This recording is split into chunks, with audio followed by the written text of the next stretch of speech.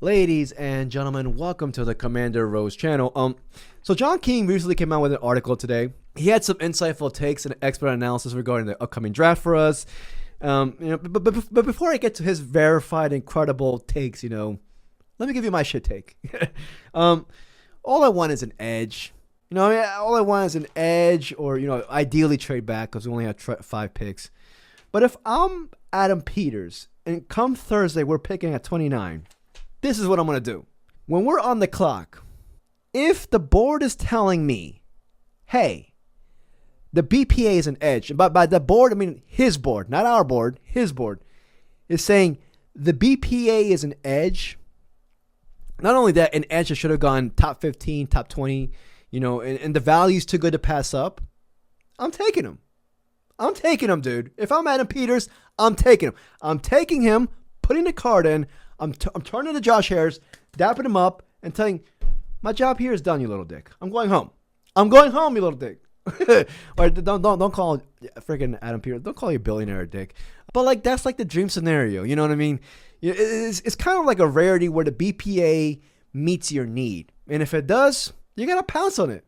So with that in mind, John King said this. He said that we as in the Commanders, that we strengthened our defensive line in free agency, adding multiple linemen, obviously with Eddie Goldman, Javon Kinlaw, Dietrich Wise Jr., and Jacob Martin. But at the same time, none of those dudes finished with more than 5 sacks last season.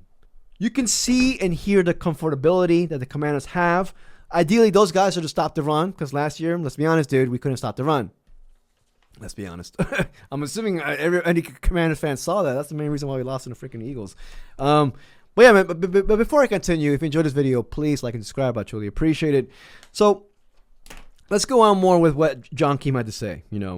He said, and I quote, that the Commanders' improved depth means that they don't need a rookie to be a 3-down starter immediately out the gate.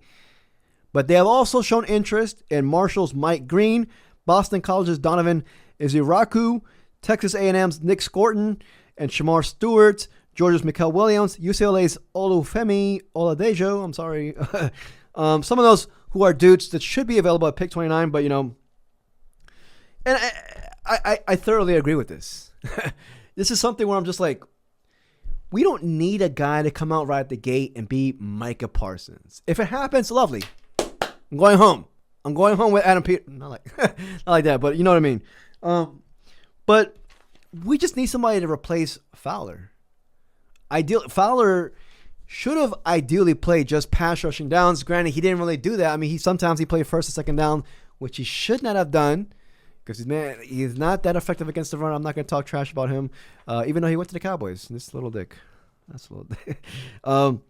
Ideally, you want a rookie, because then again, edges themselves, rookie edges, they take a little bit longer to develop than other positions, like I guess like wide receivers. They can just come out right of the gate and just, But I want my guy to ideally come out with just the pass rushing skill there to immediately contribute year one, because that's what we need, a 3rd down pass rusher for now, because first, second down is going to be played by on the edge by I'm assuming like Dorrance Armstrong, Javon Kinlaw, so looks like he might play on the edge, Dietrich Wise, but that's what we need. But here's more info, because this one kind of scared me, dude. This one kind of scared me. We allowed, obviously, Fowler to leave free agency, right? He had 10.5 sacks last year. The Commanders' leading returning sacker is Frankie Luvu, a linebacker, who blitzed 187 times last year, according to ESPN, the 9th most by a linebacker. Obviously, Dorrance Armstrong is our best pass rusher. When I read that, I was a little bit scared. I was like, fucking hell, dude. Because I'm a guy where I'm just like, in order to be a great playoff team, you got to build through the trenches. Your team has to be good in the trenches, dude. And I feel like, Fowler played a key role last year in a 3rd down role. We don't really have that right now. We don't have it, dude. We don't have that edge. We have Armstrong, who I think is underrated within the fan base, but we don't really have that dude opposite of him. I'm hoping it's Javonte John Baptiste. I read some articles saying that we actually really like him. We're pretty high on him. I'm pretty high on him too. But besides that, it's just Baptiste and Luvu.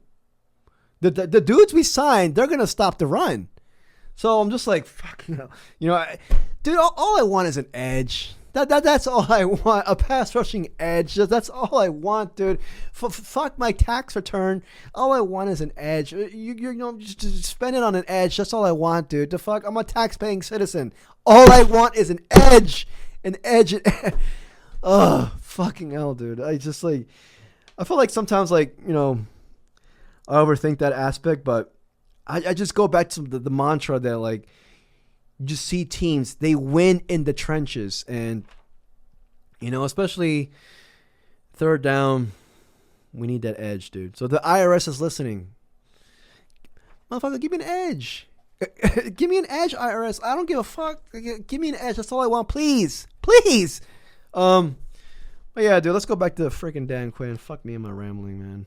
Apparently, Dan Quinn kind of agrees. Well, not agrees with me, but, like, you know what I mean. He said, and I quote, these are Dan Quinn's words, affecting the quarterback has to be at the top of what you want to do defensively. Right there behind taking the ball away and tackling well. He said, you don't always want to be able to have to bring 5 or 6 to generate pressure in a pass rush. So when you want to get there with 4 and affect the quarterback and get him out of the pocket, change where the quarterback has to go, set his feet, and that's what we're looking for. It sounds like it's going to be an edge, just like pass rushing is their key. Obviously you want a more well-rounded edge, because Armstrong himself is not that great against the run. It sounds like he knows this too. He's like, dude, I pay my taxes. Give me a freaking edge. I want an edge. He knows it, dude. He knows the importance of an edge. So that's what I want. And I feel like Adam Peters is not going to go empty-handed. Like, it's either we're going to get an edge here or there's some guys still available. Like Zadarius Smith. I'm assuming he's going to be signed after the NFL draft.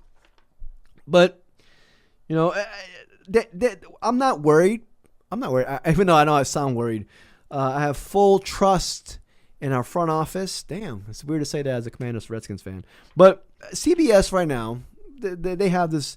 To me, CBS is one of the best mock drafts. They're usually pretty accurate.